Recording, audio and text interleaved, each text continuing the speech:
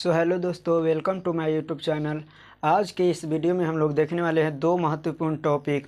तो देखिए, आज के इस वीडियो में दो महत्वपूर्ण कौन टॉपिक है। तो देखिए, पहला तो है विद्युत धारा और दूसरा है आवेश संरक्षण सिद्धांत। ये बहुत बार ये टॉपिक बिहार बोर्ड के एग्ज़ाम में पूछा गया है, तो आई होप कि अगला बार भी पूछा जाएगा। ये चीज़ आप लोग को ध्यान में रखना है। तो चलिए बिना समय को नष्ट किए हुए अपना टॉपिक पर आते हैं। तो देखिए, पहला है विद्युत धारा, यानी इसी को हम लोग कहते हैं इलेक्ट्रिक करंट इंग्लिश में। तो देखिए, किसी चालक में आवेश या इलेक्ट्रॉनों के प्रवाह को विद्युत धारा कहते हैं। देखिए, विद्युत धारा जो आवेश है, आवेश को ही यानी इसी को हम लोग इलेक्ट्रॉन के आमतौर पर क्या कह देते हैं, इलेक्ट्रॉन। जैसे यहाँ पे चालक है, क्या है, यहाँ पे चालक है, और इस चालक से क्या कर रहे हैं हम लोग, विद्युत धारा। अब यही जो है एक्चुअली क्या है कि आवेश को ही इलेक्ट्रॉन कहते हैं। जैसे परमाणु के आप लोग पढ़े होंगे, परमाणु के, ठीक है, आप लोग ध्यान से देखिएगा। परमाणु के मौलिक कण पढ़े होंगे। मौलिक कण कितने होते हैं, तो तीन होते हैं। पहला होता है इलेक्ट्रॉन, दूसरा होता है प्रोटॉन और तीसरा होता है न्यूट्रॉन। तो इसी में से एक इलेक्ट्रॉन होता है, इलेक्ट्रॉन ठीक है, इलेक्ट्रॉन होता है। इसी को हम लोग क्या कह देते हैं, अब जब इलेक्ट्रॉन हमारे चालक से जब प्रवाहित होने लगता है समान समय में, तो उसी को हम लोग इलेक्ट्रॉन या आवेश कह देते हैं। तो बिल्कुल आप लोग को समझ में आ रहा होगा कि देखिए, किसी चालक यानी विद्युत मतलब विद्युत होता है धारा। धारा मतलब कि किसी एक दिशा में प्रवाह, यानी किसी फ्लो में, यानी एक लगातार, ठीक है, लगातार प्रवाह होता है, उसी को हम लोग विद्युत धारा कहते हैं। जैसे पानी का धारा है ना, तो पानी का धारा क्या कहते हैं कि जब पानी जो है एक फ्लो में जब प्रवाहित होता है, तो उसको हम लोग कह देते हैं पानी का प्रवाह। उसी प्रकार से विद्युत का प्रवाह, यानी इलेक्ट्रॉन जब एक दिशा में, एक गति में अगर प्रवाहित होगा, ठीक है, प्रवाहित होगा, तो उसी को हम लोग क्या कहेंगे, तो उसी को हम लोग कह देंगे विद्युत धारा। ठीक है, एक दिशा में मतलब कि एक साइड ही नहीं, वो फिर एसी और डीसी करंट हो जाएगा। फिर एक दिशा में क्या होता है, डीसी करंट केवल एक ही दिशा में प्रवाहित होता है, माने जितना समय में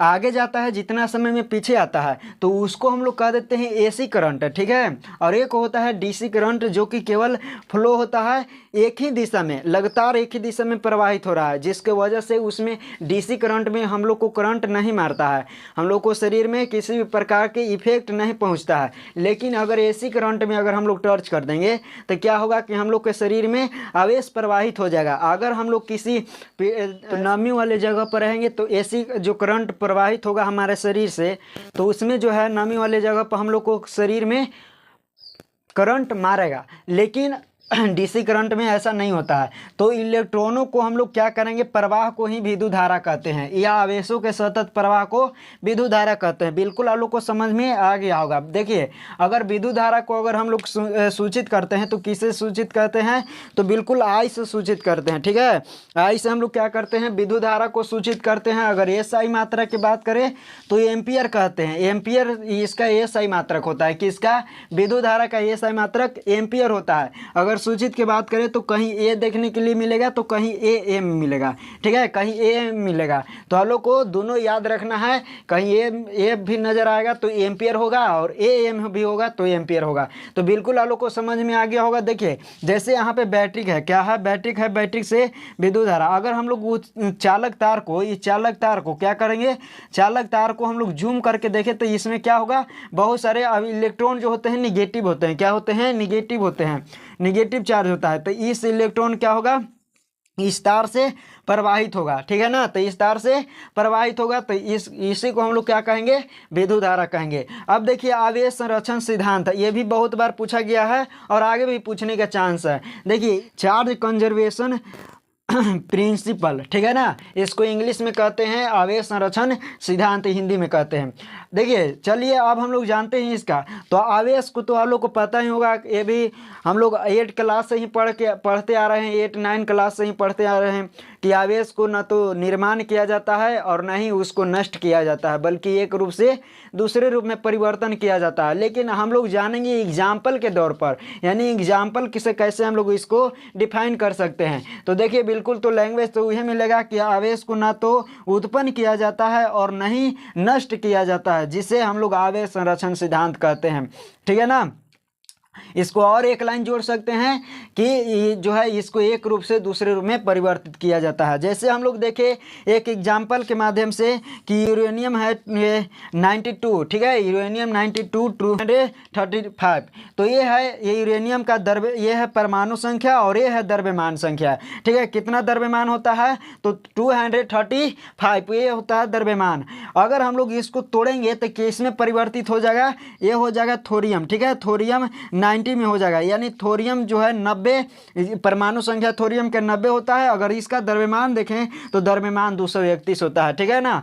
अगर इसको तोड़ा जाए तो क्या होगा, 4 गो जो होता है हीलियम में परिवर्तित होगा, ये हीलियम में, और थोरियम में क्या होगा, टूट जाएगा। अब देखिए जो हीलियम का होता है परमाणु संख्या 2 होता है और द्रव्यमान संख्या 4 होता है। अब देखिए इसको जोड़ कर देखिएगा तो यहाँ पे 4 आ जाएगा, यहाँ पे 5 आ जाएगा, है कि नहीं, एक और प्लस में 4 तो कितना होगा, 5 हो जाएगा, यानी 235 हो जाएगा, है ना, 235। अब देखिए इसको अगर देखिए तो इसको 90 और 2 92 हो जाएगा, ठीक है ना। तो आपको देखिए यहाँ पे ये क्या है, यूरेनियम के है कि ना द्रव्यमान संख्या, और ये देखिए यूरेनियम का है परमाणु संख्या। अब ये क्या हो गया, लेकिन पदार्थ क्या हो गया, बदल गए।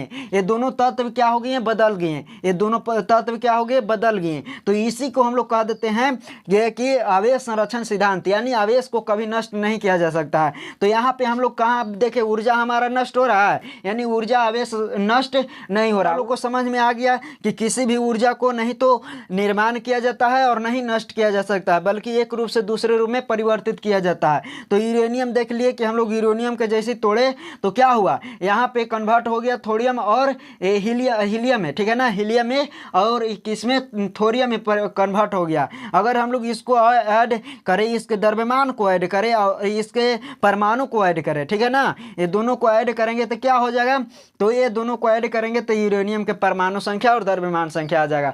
तो बिल्कुल आप लोग को समझ में आ गया कि किस प्रकार से इसको हम लोग डिफाइन कर सकते हैं, ये आवेश संरक्षण सिद्धांत को। तो चलिए मिलेंगे हम लोग अगले वीडियो में, तब तक के लिए जय हिंद।